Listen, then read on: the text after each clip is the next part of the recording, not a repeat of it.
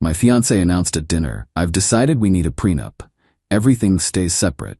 I smiled, perfect timing. Then I revealed I'd already withdrawn my name from the house deposit we'd just made. Her parents' faces when they realized their daughter just lost $50. I, 32 male, am sitting in my apartment, boxes of wedding stuff in the corner that'll never be used. Actually feeling relieved? The last 2 weeks have been insane, and I need to get this off my chest. Been with Isabel, 30, for 3 years, engaged for 6 months. She works in fashion and marketing, makes about 65K. I'm a software engineer, pull in around 140K. Not bragging, just context for what comes next. We'd been house hunting for months, finally found the perfect place last month. Needed work but great bones, amazing neighborhood. Purchase price, $420K.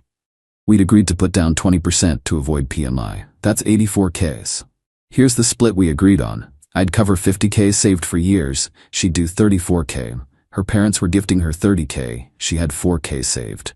We'd own it proportionally, 60-40 based on our deposit contribution. Seemed fair. Signed the purchase agreement 2 weeks ago. Deposit was due in escrow within 10 days.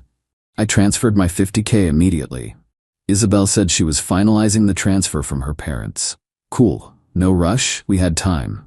Then came dinner at her parents' place last Sunday. Her mom, Lorraine, had made this whole fancy spread.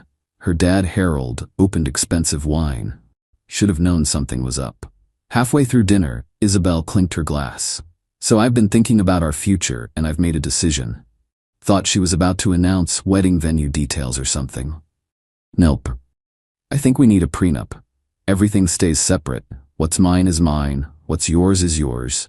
Clean and simple. I put down my fork. "Okay, let's talk about it." Harold jumped in.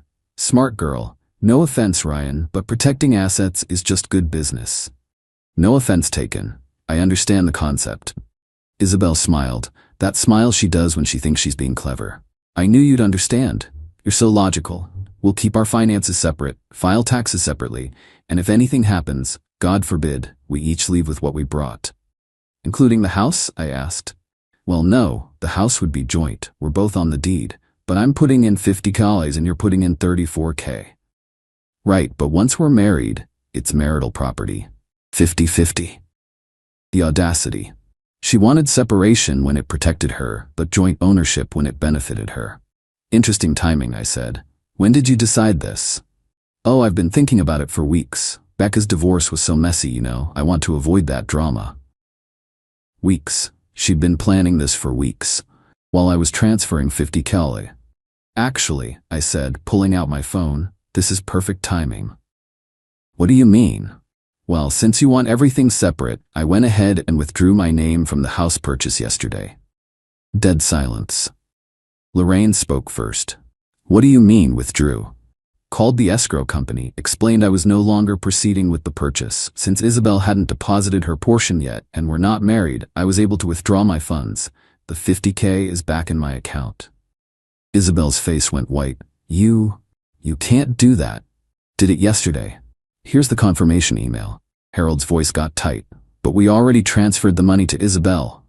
Then she can proceed with the purchase solo. Her credit, her funds, her house, clean and simple, right? I can't get approved for 420K on my salary." Isabel's voice was rising. "Then find a cheaper house." "But we already signed." "We signed. Now it's just you. I formally withdrew. You have 72 hours to complete the deposit or you lose the house and the 5K earnest money." Lorraine stood up. "This is manipulation." "No, this is exactly what Isabel asked for. Separate finances. I'm respecting her wishes." Isabel was doing the math in her head. "I need your $50. The loan was approved based on both our incomes." "But you just said, what's mine is mine, what's yours is yours." "That's after we're married." "Oh, so you want my money now, but protection from my debts later?" Harold tried the authority voice. "Young man, you're going to fix this." "No, I'm not. Isabel wants financial independence. She's got it." Isabel started crying. "The seller will sue us. They'll sue you. My name's off everything. Your signature is still on the purchase agreement." The room exploded. Lorraine calling me selfish. Harold threatening legal action. In a rough, Isabel ugly crying about her dream house. I stood up. "Thanks for dinner." "Isabel, Let me know what you decide about the house. You have about 68 hours left. Left them there and drove home. Phone blew up immediately. 39 texts in an hour. Didn't read them. Here's the kicker. I found out later from a mutual friend that Isabel had been bragging to her girlfriends about her brilliant prenup plan. How she'd get me to pay for most of the house, but keep her family money protected. She'd literally called me a wallet with a ring. Well, this wallet just closed. Update 1. The desperation has reached comedy levels. First, the house situation imploded. Isabel couldn't get approved for a $420K loan on her $65K salary. She tried everything. Different banks, mortgage brokers, even hard money lenders. Best she could get approved for was $200K. She lost the house. And the $5 earnest money. Her parents were furious. Not at her, of course. At me. Harold actually showed up at my office building Monday morning. You cost us $35,000. The $30K gift, plus the $5K earnest money. I cost you nothing. I withdrew from a purchase before marriage, which is my right. You knew she couldn't afford it alone.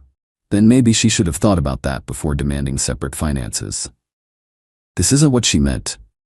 It's exactly what she said. I have it in text, showed him her message. Everything separate, clean and simple. What's mine is mine, what's yours is yours. He actually tried to grab my phone. Security got involved. He was escorted out. Tuesday, Isabel sent her friend Jade to negotiate. We met at a coffee shop. She's willing to compromise, Jade said. How about a prenup but the house is joint? How is that a compromise? That's exactly what she originally wanted. No, she's giving up some things, like she'll share streaming accounts. I actually laughed.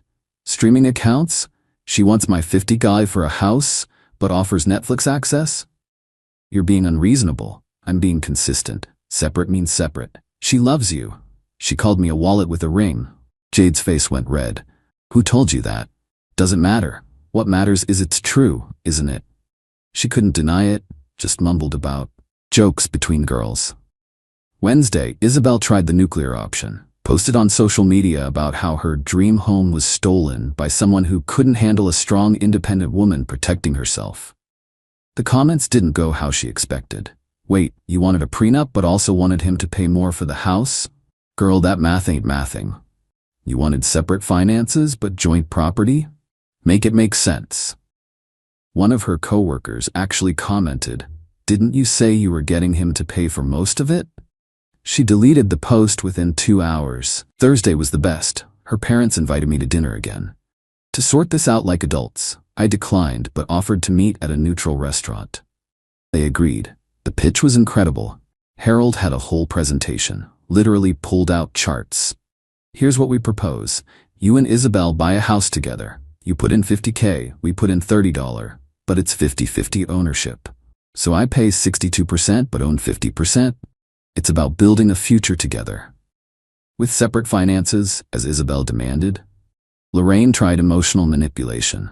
Don't you love her? Don't you want her to be happy? I wanted a partner. She wanted a wallet. That's not love.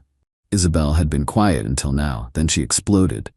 You humiliated me. Everyone knows you pulled out of the house. You humiliated yourself with that prenup ambush. It was for both our protection. No, it was for your protection while using my money. That money means nothing to you. There it was, the entitlement. That money represents 3 years of saving, living below my means, skipping vacations.